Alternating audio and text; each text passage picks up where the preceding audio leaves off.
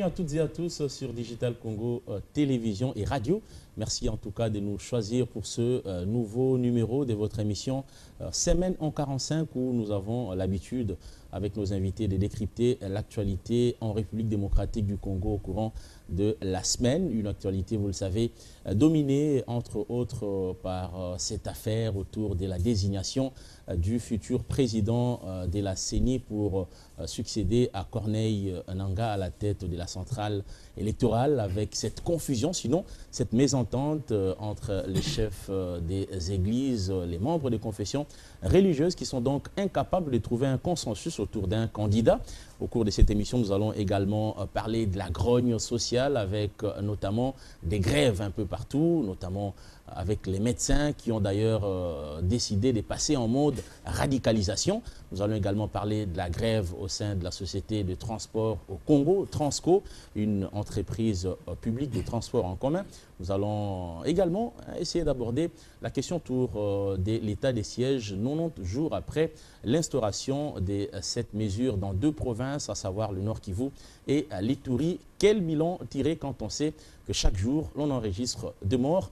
Et pour en parler dans cette émission, je reçois pour vous 4 invités, 4 communicateurs. D'abord à ma droite, il y a Sélé Kanangila, il est analyste politique. À côté de lui, il y a Jonathan Lompepe, il est du Front commun pour le Congo, un des jeunes en tout cas qui défendent encore bec et ongle le président de la République honoraire, Joseph Kabila Kabange. Et à ma gauche, j'ai Patrick Kapena, il est de l'Union sacrée, de la famille du chef de l'État, je parle de la famille politique ici. Et à côté de lui, il y a Jonathan Mbele, il est membre, sinon communicateur de l'AMUCA, la plateforme politique de l'opposition, avec à sa tête le coordonnateur, c'est déjà Adolphe Mouzitou. J'ai dit bienvenue à mes invités. Merci. Merci. Alors, la première question, vous avez tous suivi ce qui se passe avec les pères d'église incapables, je le disais, à l'entrée de l'émission, de se désigner ou de choisir un candidat pouvant succéder à Corneille Nangaa, donc le futur président de la CENI. Est-ce que ce manque de consensus était une surprise? Je commence avec vous, Sélé Kanangila. Merci beaucoup, Serge, pour la question. J'ai dit merci à vos nombreux téléspectateurs qui nous regardent à travers le monde. C'est toujours un honneur de me retrouver sur ce plateau pour parler Congo, pour parler intérêt général. Pour répondre à votre question, moi, je ne suis pas surpris. Je ne suis pas surpris parce qu'il y a 1-2 semaines, j'étais sur ce plateau. Je vous avais dit, lorsqu'il y avait un débat autour de la dépolitisation de la CENI, je vous avais tout de suite dit qu'il était incapable de penser à la dépolitisation d'une institution qui est émanation de la politique. Et que s'il y avait une institution à dépolitiser, c'est l'institution ou la structure confession religieuse. J'avais dit ça sur ce plateau. Vous pensez que les... Non, mais aujourd'hui... Les confessions religieuses sont... Mais les faits sont là. Je vais vous laisser. Bien sûr. Ah, donc, s'il y a une structure à dépolitiser, je pense que c'est Ambongo et ses compagnons. Ça, c'est le premier élément. Le deuxième élément, j'ai fait un pas en arrière à Saint-Suti. Pourquoi on avait levé l'option de confier la tête de la CENI aux hommes de Dieu, entre guillemets? Je les appelle entre guillemets parce que les théâtres désolants auxquels on assiste là ne nous prouvent en rien qu'ils sont réellement hommes de Dieu. On avait pensé qu'eux au moins, ils vont garantir la transparence. C'est des gens honnêtes, c'est des gens sérieux. Excusez-moi, les faits nous démontrent les contraires. Désignation de membres de la CENI, parlons-en. Je rappelle que là, nous sommes à une deuxième expérience. Après une première expérience qui a échoué à cause de M. Ambongo et de M. Cholet, Laquelle? Qui doivent, je demande, Vous parlez de l'épisode Malonda. Je parle de l'épisode Malonda et je demande au cardinal de présenter ses excuses à Sonny Kafuta qu'il a diabolisé à tort à l'époque. Parce que les faits aujourd'hui nous montrent que le problème, ce n'était pas Kafuta qui a même perdu son église qui a été saccagée à un moment. Le problème ici, c'est que le cardinal Ambongo avait un candidat qui, de surcroît, est son neveu. Parce que je rappelle ici que c'est le même candidat qu'il avait aligné face à Malonda, qu'il a encore aligné lors du processus dont il est question. Que disent les textes qui régissent les confessions religieuses? Le texte prévoit que les chefs spirituels, parce que je pense qu'en mettant en place cette disposition, les gens pensaient que c'est des gens qui pouvaient nous servir, nous prêcher par l'exemple, mais comme je le disais tantôt, les faits nous ont démontré le contraire, qu'ils devraient procéder par les consensus. C'est-à-dire, s'il vous plaît, j'ai fini par là. C'est-à-dire, si on ne se met pas ensemble, si on ne dégage pas les consensus autour d'un candidat, l'article 17 de la Charte des confessions religieuses demande qu'on procède au vote. Je ne peux pas comprendre que les confessions religieuses, en l'occurrence les CC et la CENCO, qui passent, dont les animateurs passent tout leur temps à accuser les politiques de ne pas respecter le texte du pays, eux-mêmes n'arrivent pas à respecter l'article 17 de leur charte qui leur demande d'aller au vote si jamais le consensus n'a pas été dégagé. Les gens sont allés au vote. 6 confessions religieuses. Je rappelle ici que chaque confession n'a qu'une seule voix, Serge. 6 voix se sont dégagées autour d'un candidat contre 2. On saute, on dit non. Il y a eu, on n'accepte pas ces choix-là. Mais qu'est-ce que vous reprochez au candidat? Moi, je ne peux pas citer son nom ici parce qu'aucune source officielle ne l'a annoncé comme tel. Absolument. Je ne peux pas me fier, faire de la baladiffusion, donc ramasser les choses qui sont postées dans les réseaux sociaux pour dire. Je me dis seulement qu'il y a un nom autour duquel 6 personnes, 6 confessions, si vous voulez, se sont exprimées d'accord. Alors, maintenant, qu'est-ce que vous reprochez à ce candidat? D'abord, au départ, c'était parce qu'il est kassaïen, il ne peut pas occuper la tête de la CENI parce que le chef de l'État est du Kasaï. Après, on cherche d'arguments, on dit non, il est trop proche du chef de l'État. Avant-hier, j'ai ouï dire que non, il y a eu des corruptions. Ce matin, on me dit non, on doit retirer les 2 candidats. Non, on ne doit pas retirer les 2 candidats parce que 6 confessions religieuses se sont exprimées, ont voté pour un candidat. Et même si vous dites aujourd'hui qu'il faut retirer 2 candidats, non, là, c'est de la malhonnêteté. On va revenir. On va revenir. Aujourd'hui, je chute en disant les confessions religieuses doivent être dépolitisées et que l'Église catholique, en l'occurrence, le cardinal Ambongo, pour qui j'ai un grand respect, qui rate là, je vais dire, une occasion de faire entrer son nom dans l'histoire de ce pays, parce que les faits nous montrent que c'est quelqu'un qui joue au jeu de cache-cache et qui n'a pas été transparent dans ce processus. Merci beaucoup. Jeannot Lumpempe, je vous voyais secouer la tête. Vous n'êtes pas d'accord avec ce que est en train de dire Sélé Kanangila, mais la question c'est pourquoi autant de divergences entre les hommes d'église? D'abord, merci beaucoup Serge pour l'invitation. Une fois de plus, je tiens également à saluer mes co-débatteurs ici dans ce plateau ici que nous allons partager tout à l'heure ici. Mais écoutez, je suivais quand même l'argumentaire de notre ami. Mais ce que je peux commencer par en disant, même en droit, il y a un principe en droit, que la fraude corrompt tout. N'est-ce pas? Lorsque déjà un processus est déjà émaillé par fraude, comment vous voulez dire que non, nos pères ne peuvent pas être difficiles? Mais où se situe la fraude? Où se situe la fraude? Oui. Non, écoutez, c'est par rapport à la précipitation. Parce que vous et moi, nous avons suivi ce qui s'est passé déjà au niveau des centres inter des CESE. N'est-ce pas? Nous étions là les matins, pour nous, il fallait, n'est-ce pas, il fallait respecter quand même la régularité de déroulement de ce vote-là. Mais regardez ce qui s'est passé, n'est-ce pas? Pour ne pas peut-être aborder d'autres questions après. Nous sommes en pleine séance, n'est-ce pas? Il était déjà vers 19h ou 20h moins. Le président des séances, il demande à ce collègue, n'est-ce pas, de suspendre les travaux momentanément. Parce que partout, même chez vous ici à Digital, lorsque vous êtes dans votre conseil de rédaction, il y a des mois parfois, vous demandez quand même peut-être la pause. N'est-ce pas, pour permettre à chacun d'aller chercher les papiers, les stylos et revenir sur la table. Mais lorsqu'on vous demande de suspendre d'abord les travaux momentanément, afin que chacun nous puisse quand même lever tout ce qui est comme des points de divergence. Et que les 6 autres là, ils n'ont pas voulu accepter cela. Que non, nous ne pouvons pas accepter cette pause-là. Est-ce que vous avez vu ça où? Vous avez vu ça où? C'est ça que moi je dis, il y a déjà la fraude. Parce qu'au départ, ils sont venus avec leur position. Tel que nous sommes ici. Vous pensez que les six confessions religieuses avaient déjà leur candidat? Mais bien sûr. Oui. Mais bien sûr. Souvenez-vous, avec même la tenue de cette Assemblée générale, leur porte-parole, M. l'abbé Cholet, il avait fait un communiqué, on disait qu'il y avait des intimidations. Des intimidations terribles à l'endroit des confessions religieuses. Mais je suis tenté. Il y avait même des promesses. Je suis tenté de te poser une question. C'est vrai qu'il y a beaucoup de passion dans cette histoire de désignation du candidat qui est président de la CENI. Mais je pense qui est dans leur structure des confessions religieuses, il y avait une structure qui devrait tabler sur les candidatures. Et parce que déjà ici, on fait allusion à un candidat qui serait proche du chef de l'État ou pas, mais déjà que lors du traitement des candidatures, on accepte cette candidature. Pourquoi ça devient un problème quand c'est lui qui est désigné par la majorité des confessions religieuses? S'il vous plaît, Serge, écoutez, vous voyez au niveau même de la synchro de l'organisation, n'est-ce pas? Oui. Il y a deux organes. Il y a d'abord le secrétariat technique pour pouvoir réceptionner toutes les candidatures, n'est-ce pas? Et traiter cela et soumettre ça à l'organe suprême. Et l'organe suprême, n'est-ce pas, pour les confessions religieuses, c'est l'Assemblée générale. On peut vous récupérer au niveau du secrétariat général. Mais lorsque vous arrivez au niveau de l'Assemblée générale, là où les pères sont censés pour désigner, n'est-ce pas, ils ont l'obligation, n'est-ce pas, de revoir encore le travail qui a été déjà fait en amont au niveau du secrétariat général. Mais lorsqu'on constate déjà que les 6 autres là, au nom de l'honnêteté, n'est-ce pas, de la transparence, parce que nos pères doivent montrer quand même l'exemplarité, n'est-ce pas, dans leur façon de faire les choses.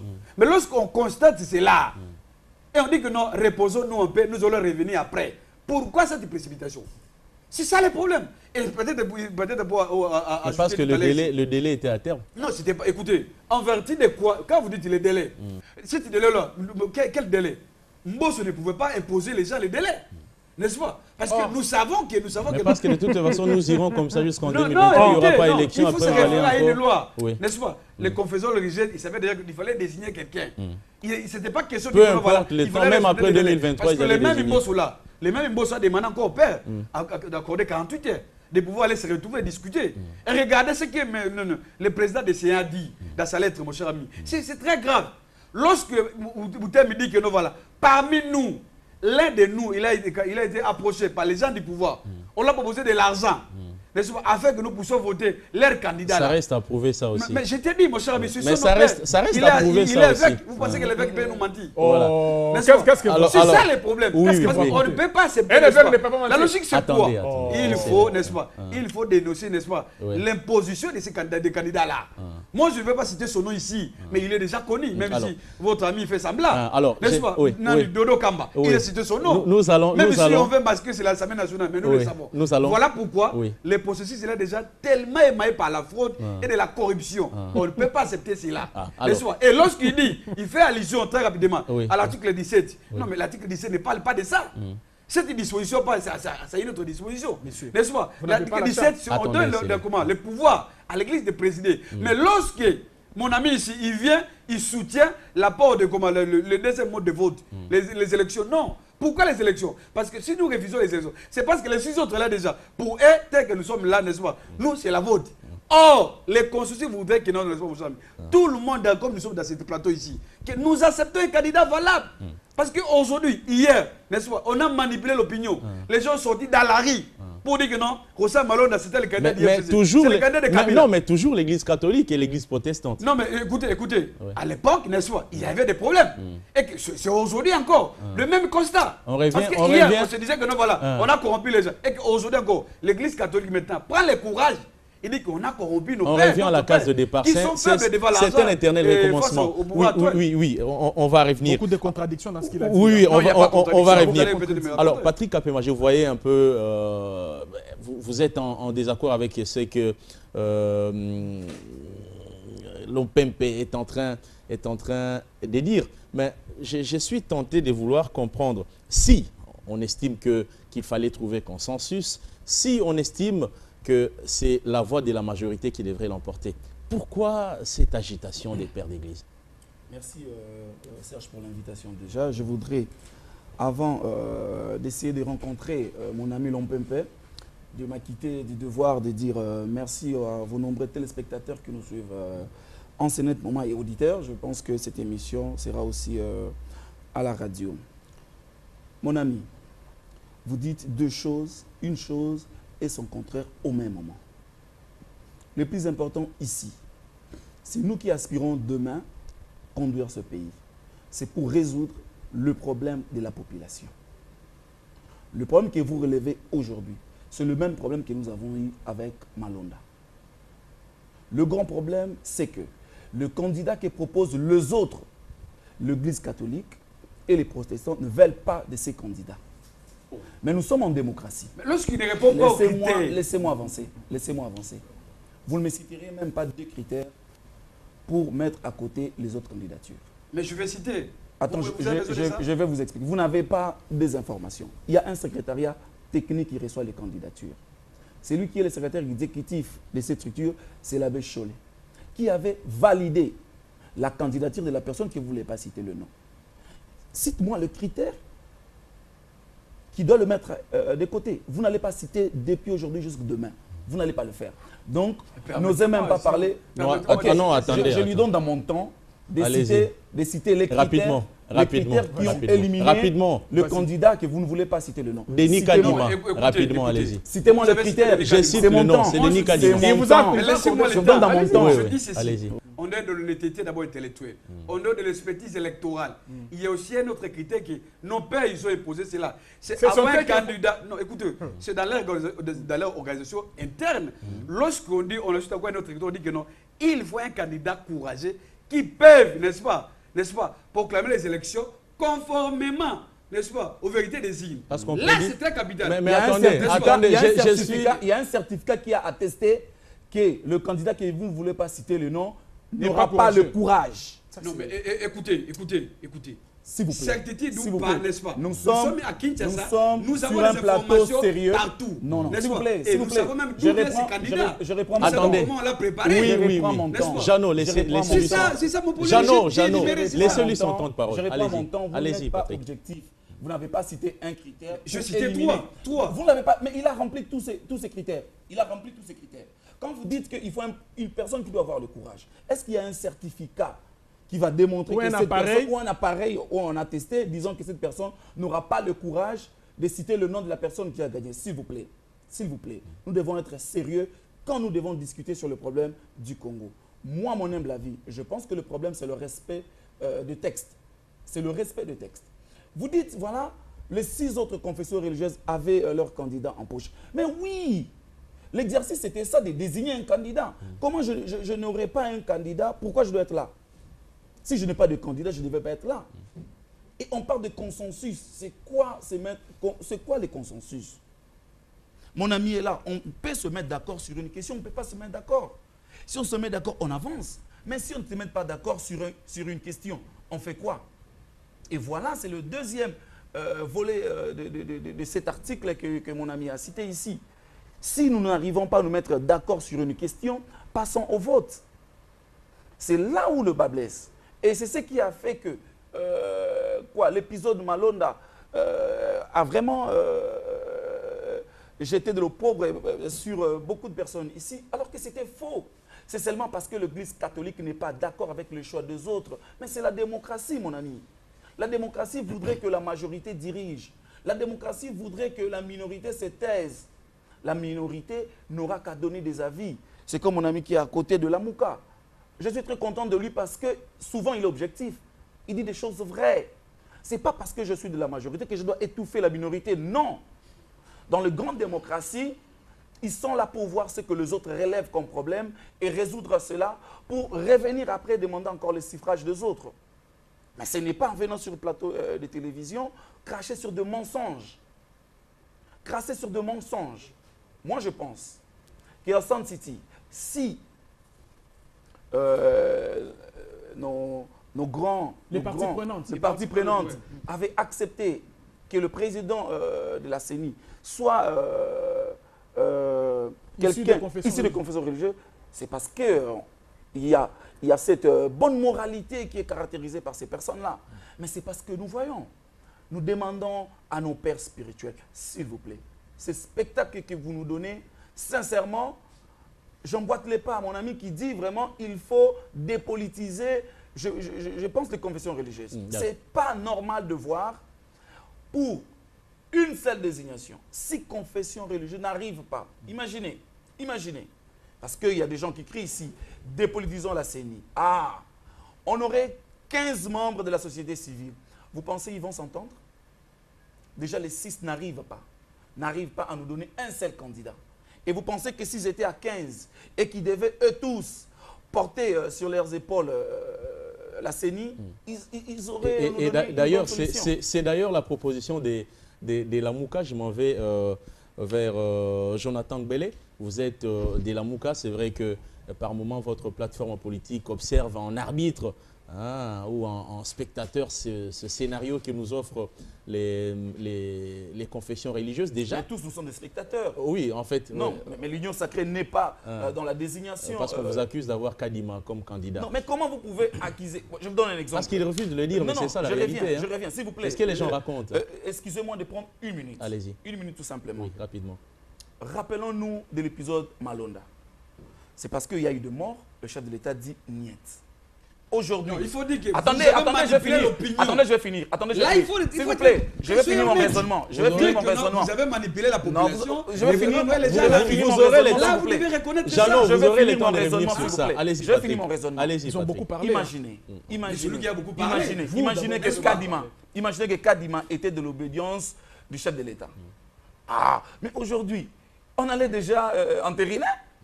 Mais le président Mbosso a dit quoi? Non, je vous donne encore 48 heures. Allez discuter.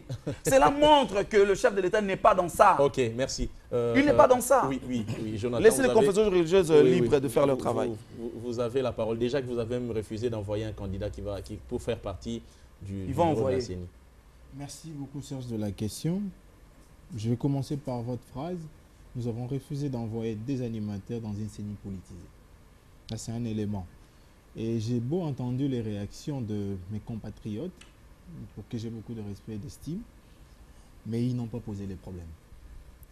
La question de la désignation de membres de la CENI, je vais l'aborder à 4 sous-points, avant bien sûr de toiletter sur ce qui a été dit ici. Le premier point, c'est d'où vient le problème. Tenez compte du temps. Oui, d'où vient le problème? Le problème, c'est Mbosso. Ici, je l'ai dit et je le redis encore, personne ne me donnera une disposition, ne serait-ce que c'est une, qui donne la prérogative à M. Mbosso de donner un calendrier. Il n'y en a pas. J'ai les règlements intérieurs de l'Assemblée nationale ici. Aucune disposition. Et personne ne me dira que lorsqu'il y a 2 mois, les confessions religieuses ont appelé à candidature, c'était sous l'impulsion de Mbosso. Personne. Voilà pourquoi aujourd'hui, il revient pour donner 48 heures. Donc, il se rend compte qu'il a fait travailler les gens sous pression, qu'il a mis les gens sous stress. Il les a contraints à travailler hors délai. Deuxièmement, je rentre à Sand City. Je suis sûr que les travaux préparatoires, que c'est là, moi je l'ai lu aussi. Dans ces travaux préparatoires, qu'est-ce qu'on dit? Considérant le climat de méfiance, je dis bien de méfiance qui caractérise les politiques, nous acceptons à l'unanimité d'accorder la charge aux confessions religieuses de gérer cette institution qui va nous amener vers les élections à venir, parce qu'on n'était pas sûr de les avoir en 2006, aux confessions religieuses. Ça, c'est vrai. Qui est une frange de la société civile. Okay. Un paragraphe, 2 travaux préparatoires de Sand City. Je descends. Notre constitution de la République, de 210, je crois, à 218. Non, 118 à 122. La CENI est comptabilisée comme une des institutions d'appui à la démocratie, au même rang que les CESAC. Dans les CESAC, vous avez vu un membre politique à l'intérieur? Dans le CNDH, reconnaissez-vous un membre politique à l'intérieur? C'est un élément.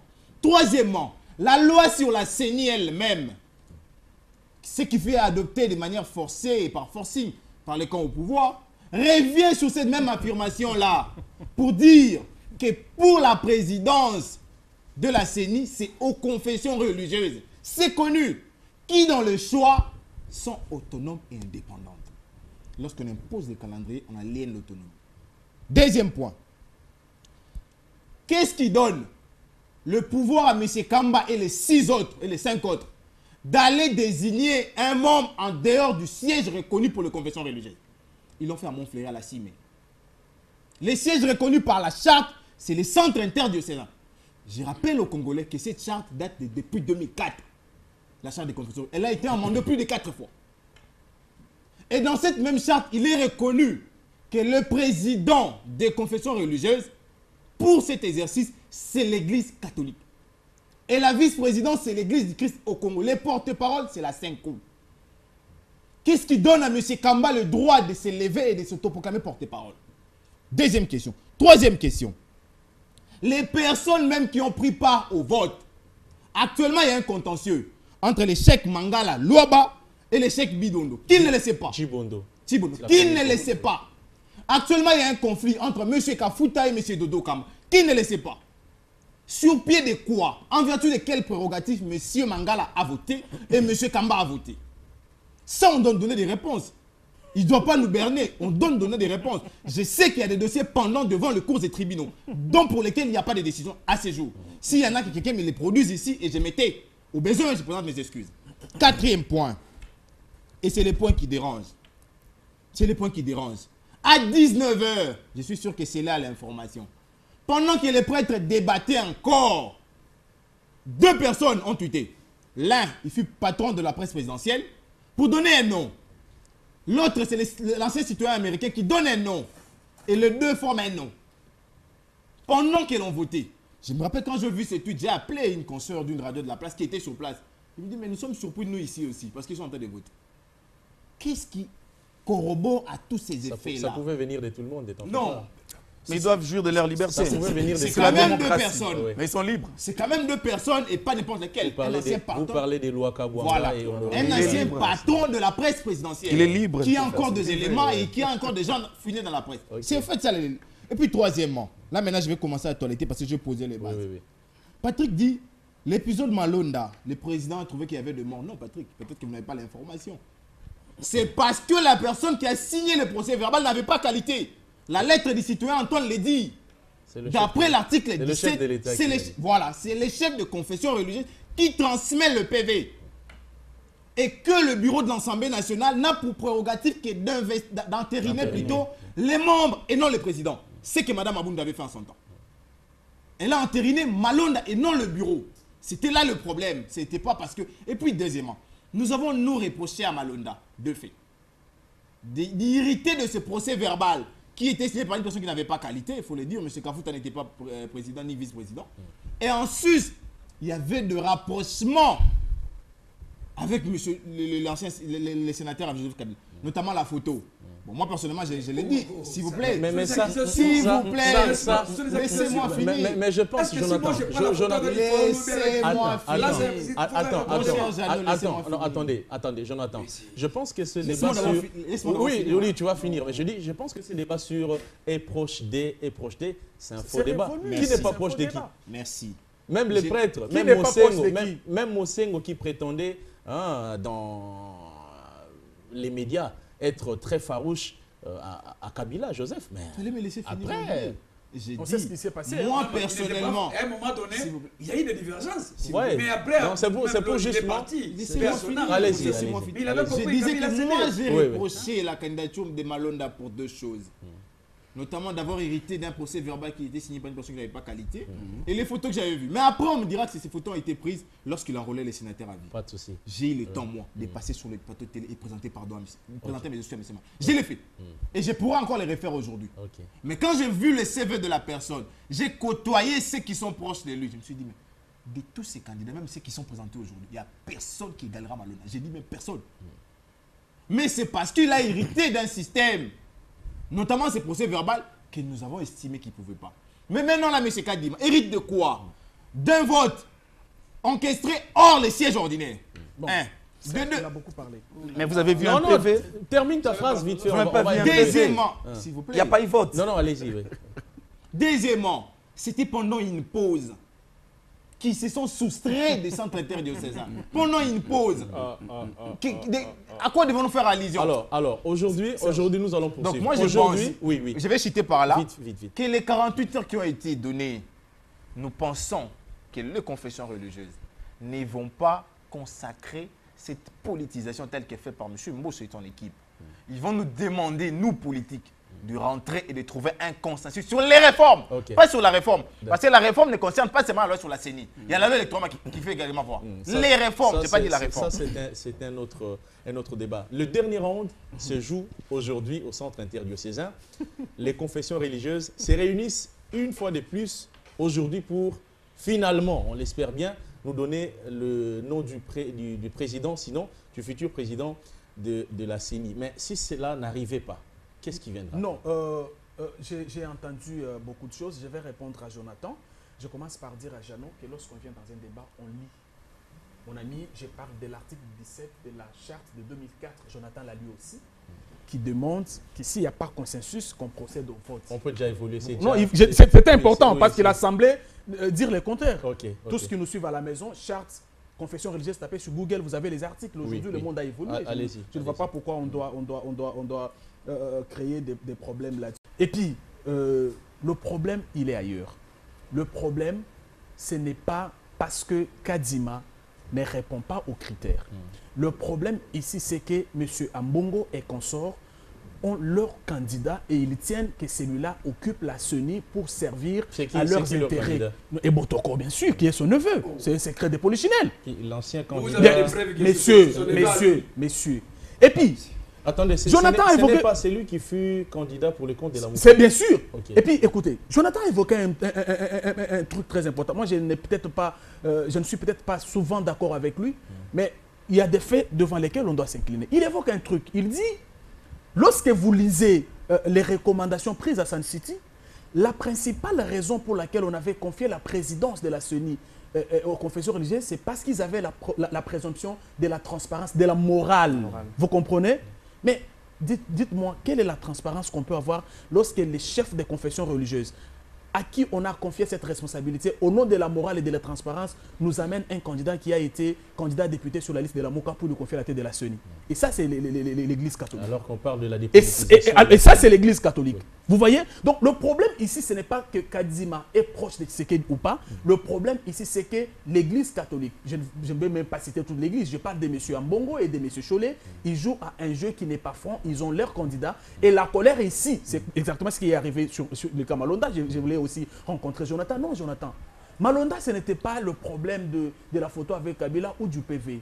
Malonda, la procédure était biaisée. Parce que quand vous lisez le texte, chaque candidat est porté par une confession religieuse. Citez-moi la confession qui avait porté Malonda. Kimbanguiste. Ils ont dit non. Ils avaient dit non. Ils avaient dit non. Je vais répondre. S'il vous plaît. S'il vous plaît. Ils ont dit, parce qu'au départ, on nous a dit que Malonda était porté par les Kimbanguistes. Ils ont dit qu'ils ne l'ont jamais porté. Il n'a jamais été Kimbanguiste. Il ne l'a jamais été. Ça, c'était le premier élément. Et j'ajoute à ce que vous dites, le représentant de l'église kimbanguiste au sein des confessions religieuses a été justement chassé. Bien sûr, parce que... ce n'est pas l'église qui a porté la candidature. Donc Malonda n'était pas... C'est vrai, ça, je vous donne l'information. Et donc Malonda, c'était ça ce qu'on lui a reproché. Il venait de qui l'avait porté. Comment il s'était retrouvé candidat alors qu'il n'y avait pas une confession, je vais dire, parraine, qu'il avait parrainé, qu'il avait porté. Et donc c'était ça, donc c'est ça. Alors que pour Kadima, l'église Kimbangu a beaucoup de courants aujourd'hui. Vous n'avez pas suivi un seul courant contesté. Le fait que Kadima est le candidat.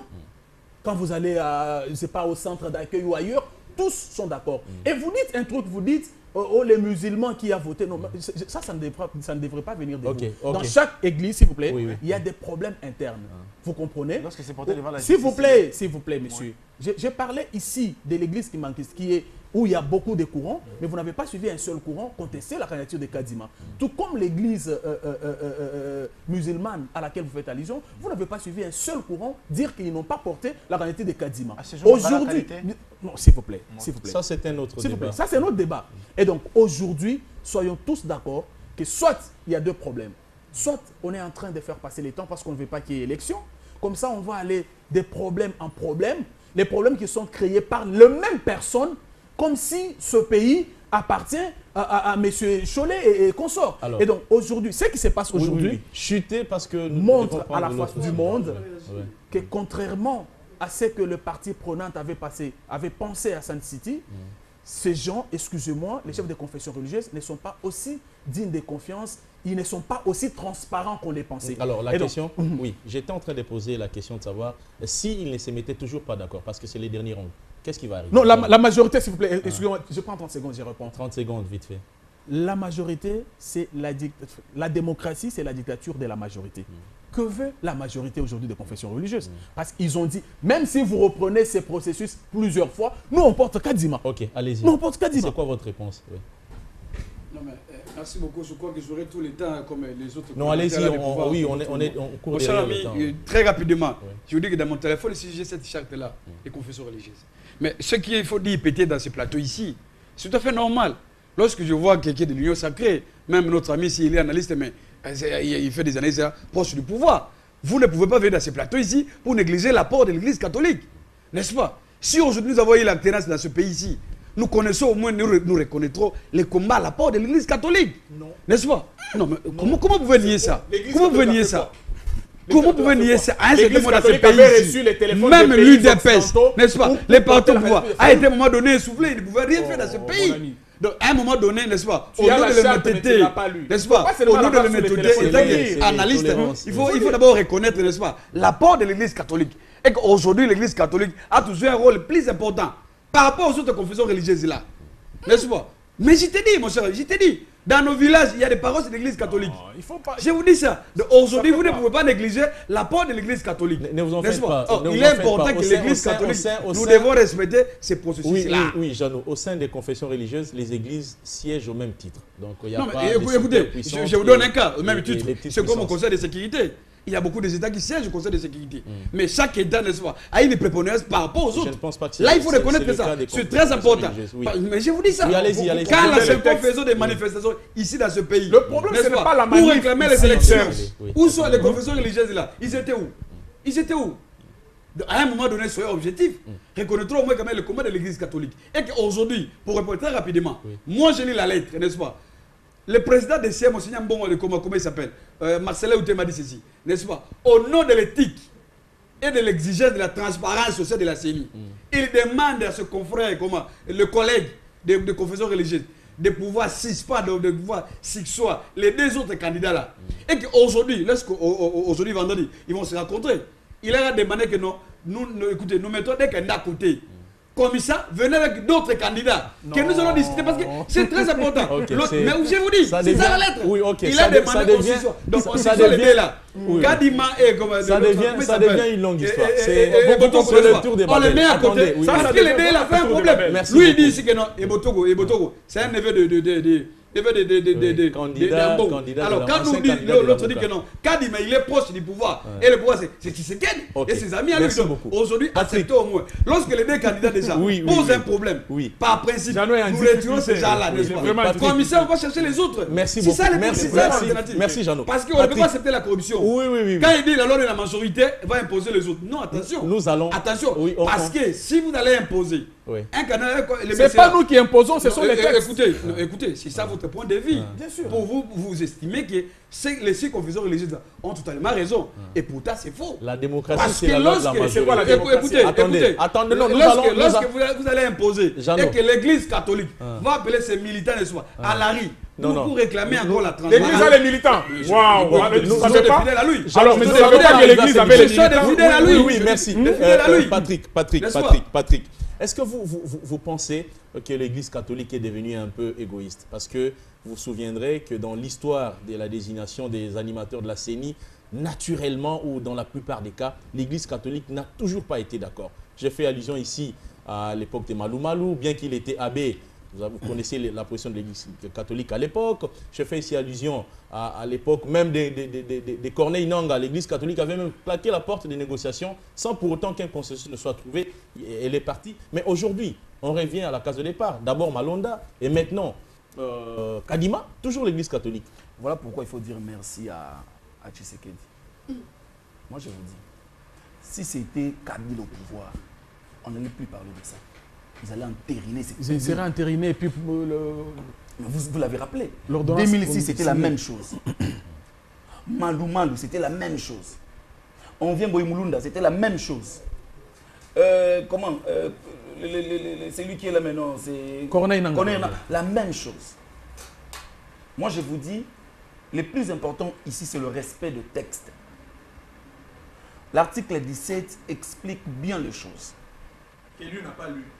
Il a la charte sur le téléphone, mais il ne lit pas. Nous devons désigner celui qui doit gérer la CENI. La première option qui est levée, c'est le consensus. Mettons-nous d'accord sur un candidat. Comment ça se passe? Je vous présente mon candidat. J'essaie de faire un lobby. Je vous demande de soutenir mon candidat. Regardez le profil. Regardez, ah non, celui-là a fait ça. Celui-là a travaillé dans ça. Partant du profil de votre candidat, je suis convaincu que mon candidat ne vaut pas que votre candidat. Voilà, je dis, ok, Le mien tombe. Le lobbying dans la corruption.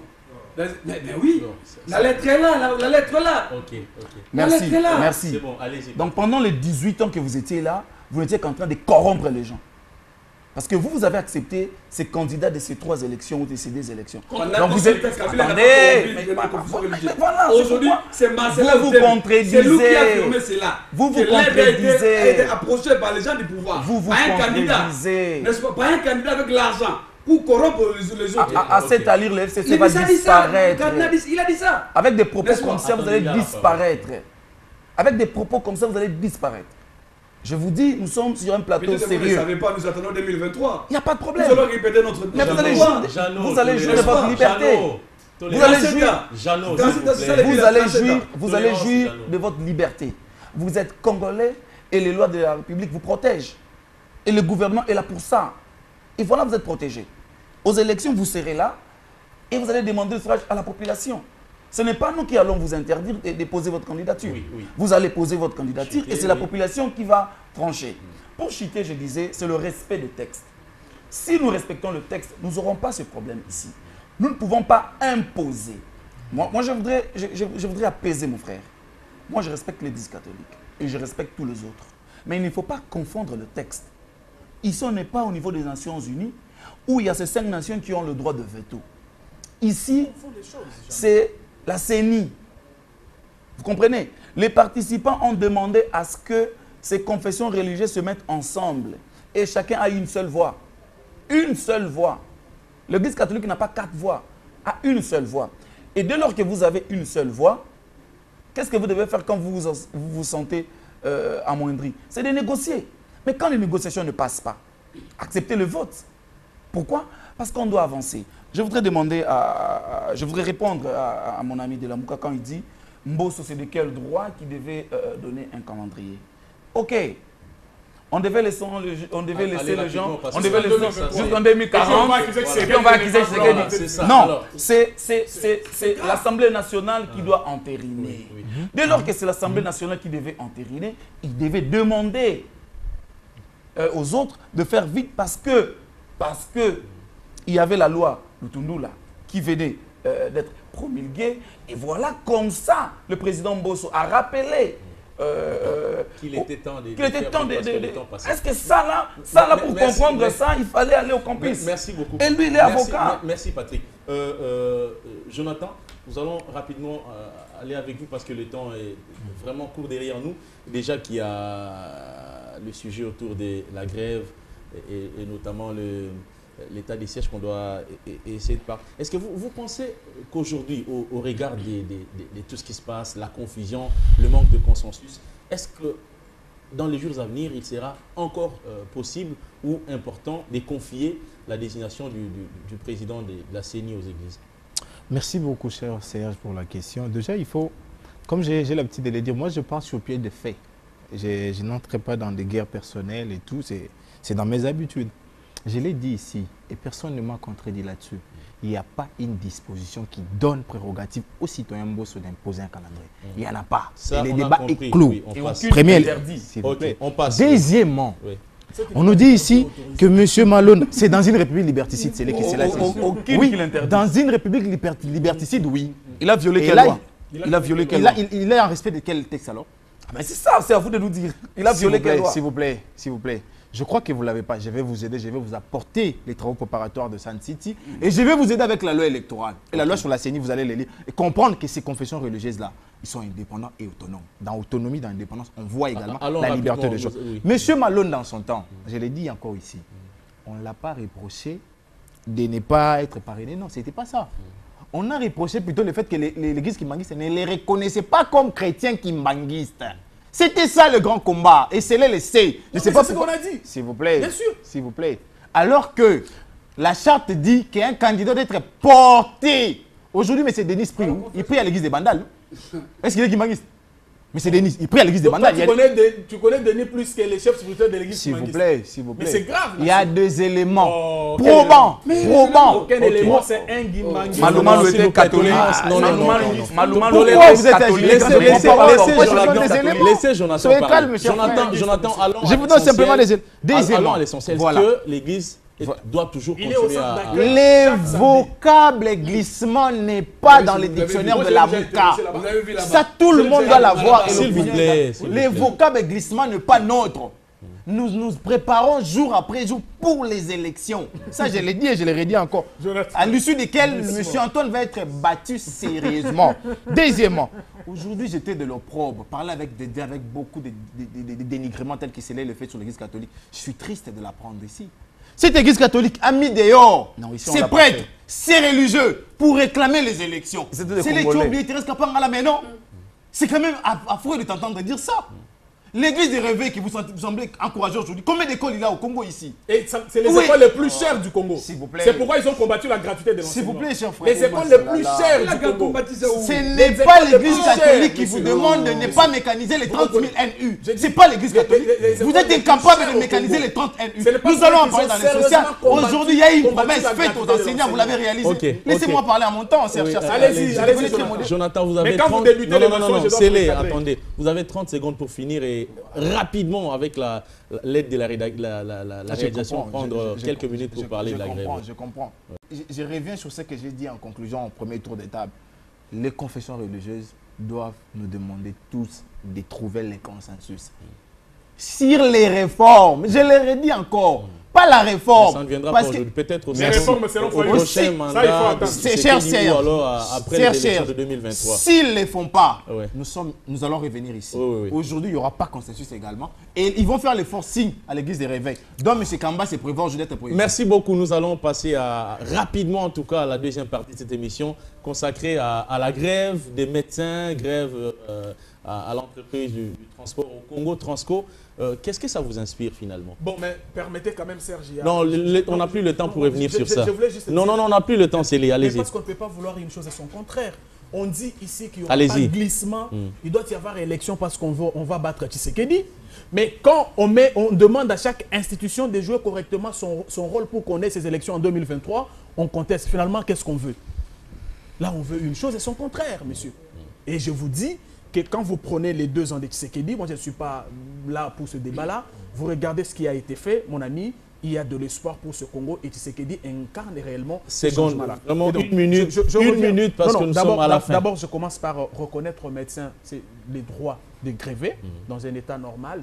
Lorsqu'un citoyen se sent lésé, lorsqu'il réalise que ses droits sont bafoués, il a le plein droit de s'exprimer et c'est ça même la beauté de l'état des droits. Je suis seulement content qu'aujourd'hui les médecins ont grévé, ils ne sont pas inquiétés. Le gouvernement est en train de se battre pour trouver solution à leurs revendications. Alors qu'il y a quelques années, lorsque quelqu'un grévait, soit on allait chercher des moyens pour l'enlever de son poste, soit on va lui coller une infraction et les prendre, l'amener dans un cachot où il va rester presque toute la vie. Donc moi je suis content que les médecins grèvent, je suis sûr que ces gens font un travail énorme. C'est des sauveurs de vie en fait. Quand vous êtes dans d'autres pays, les médecins, c'est des gens respectés. Mais ici nous étions dans un système où tous les politiciens partent se faire soigner ailleurs. Regardez l'hôpital du Cinquantenaire. Regardez l'hôpital Mama Yembo, dans quel état on l'a laissé. Mais regardez les hôpitaux privés de Mme Olive Lembe. Donc, moi, je comprends aujourd'hui que Tshisekedi est face à un morceau dur. Il est face à une situation très, très compliquée. Je suis content de la négociation en cours entre les ministres de la Santé et les syndicats. Ils ont trouvé un compromis. Malheureusement, il y a un communiqué qui a été pondu, je l'avoue, un peu précipitamment. Et puis, les discussions vont continuer. Moi, je demande seulement aux médecins de comprendre que nous traversons une période très compliquée avec la Covid. L'amour patriotique voudrait que même lorsqu'on revendique ces droits, qu'on se mette en tête qu'on a aussi des obligations vis-à-vis de l'État. Ok, le dernier mot en tout cas. Et très rapidement, mon cher ami, je vais juste revenir sur une petite chose concernant ces... Non, s'il te plaît. Non, s'il te plaît. J'étais clair par rapport à cette question-là, n'est-ce pas? Je dis, au niveau des droits de veto, tout un État comme les États-Unis, comme la Russie, comme les autres, peuvent toujours influencer les autres États. Merci, on a compris. Jeannot, c'est comme le cas avec l'Église catholique. Aujourd'hui, avec les cas de la grève, très rapidement, mon cher ami. Mais c'est tout à fait normal. La logique même des promesses de Tshilombo. Félix a toujours promis que non, il va faire de grandes choses dans ce pays. Mais jusqu'à aujourd'hui, on ne voit absolument rien du tout. C'est M. Sissi, peut-être, il est jaloux de l'hôpital de Maman Olive Lembe. On n'empêche pas à vous, peut-être, à Mme Denise, de pouvoir créer quand même, faire quand même son hôpital à lui. N'est-ce pas? Depuis que Félix est là, Félix a déjà créé combien d'hôpitaux? Il a construit quoi, Félix? Et c'est tout à fait normal. Aujourd'hui, regardez, mon cher ami, on nous fait des publicités chaque jour à la télé. Je suis digital, avec les ministres de Finances là. Il y a l'augmentation des recettes, il y a l'argent, nous avons ceci, nous avons dépassé des assignations. Mais pourquoi on ne paye pas les gens? Je prends notre cas aujourd'hui. Notre cas, nous avons travaillé pour la République. Pourquoi mais ces Casadiens et les autres là, ils ne veulent pas nous payer, pourquoi? Les anciens membres des cabinets, pourquoi on ne paye pas? Et pourtant, on fait la publicité, que nous avons l'argent à la Banque centrale. N'est-ce pas ça? Donc c'est ça la logique qu'aujourd'hui, il encourage ça. Il pense que non, voilà, 2 semaines, 3 semaines, les médecins sont à la maison et les gens continuent à mourir à l'hôpital. Okay. Allez à l'hôpital, mon cher ami, il n'y a pas de médecins. Et après, on va dire que non, voilà, nous avons l'argent, nous avons des assignations. Non, avec tout le monde, c'est comme ça. Félix, il fera absolument rien du tout. Il est là pour continuer à faire des promesses. Parce que dans la réalité, il n'y a rien, mon cher ami. Gratuité de l'enseignement, écoutez, écoutez, quelle gratuité? Quelle gratuité? Quelle baisse d'avion? Merci. Vous avez mis ça, vous avez jeté les billets d'avion. Patrick, non, merci Jeannot. Regardez comment la gratuité maintenant réduit même la qualité de l'enseignement. Merci beaucoup. Regardez. Soyez tolérants. Regardez. Non, attendez, c'est les tolérance. Je vois ce que Félix a promis aux Congolais. N'est-ce pas? Jusqu'à aujourd'hui, soyez tolérants, s'il vous plaît. Patrick, vous avez le dernier mot sur la grève. Merci beaucoup. Quand j'essaie d'analyser l'environnement social de notre pays et comment je vois les compatriotes être très durs, être très sévères avec les gouvernements sous la direction de Saman et puis mais c'est des droits de toutes les façons. Hein. C'est le chef de l'État. Ouais. Vous sentez que cette population se retrouve dans le chef de l'État, se retrouve dans ses gouvernements pour dire voilà, on a espoir à ce que vous nous apportez ce que nous cherchons. Et c'est leur droit. Et je pense qu'à ce net moment, les gouvernements travaillent déjà pour voir comment arriver à trouver des solutions, et au niveau de Transco, et au niveau des médecins. Je vais les ministres aller voir les agents de Transco et vite trouver une solution. Ce que nous voulons, c'est le bonheur du peuple congolais. Là où les choses ne vont pas, là où il y a de la corruption, là où il y a de la mégestion, il faudra que le gouvernement s'impose. C'est ce qui s'est passé. Vous avez vu quand l'UGF a fait ses enquêtes dans les entreprises publiques. C'était au Conseil des ministres. On a demandé de mettre hors d'état de nuire tous ceux qui ont été cités. Donc cela prouve que ces gouvernements voudraient même si par moment on pense à une justice à double vitesse. Oui, oui. Ce que nous devons savoir, les magistrats qui sont là parce qu'on a cité Eteni dans des dossiers concernant la gestion du Covid. Mais il est protégé par les il n'a jamais été poursuivi et tout ça. Donc par moment, je suis de l'Union sacrée. Oui. Je demande au procureur, s'il vous plaît, allez voir le problème d'Eteni.